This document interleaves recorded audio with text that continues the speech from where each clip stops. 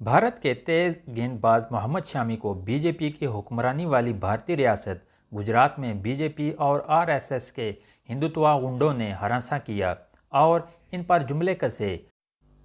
भारत और ऑस्ट्रेलिया के दरमियान जारी चौथे टेस्ट मैच के दौरान खिलाड़ी दिन के खेल के बाद वापस आ रहे थे तो हिंदू इंतहा पसंदों ने शामी को देखते ही इनका मजाक उड़ाया और जय श्री राम और हिंदुत्व के दीगर मजहबी नारे लगाए।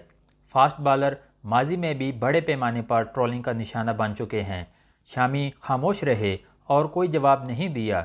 इस नागवार वाक़ये की वीडियो वायरल हो गई और सार्फिन इस मामले पर मुनक़िसम दिखाई दे रहे हैं। एक सारफ ने हिंदू इंतहा पसंदों को किराए का हजूम करार दिया जिसे बीजेपी ने ख़रीदा है, जिसके बारे में बताया जाता है कि इसने टेस्ट मैच के 80% से ज़्यादा टिकट खरीदे हैं।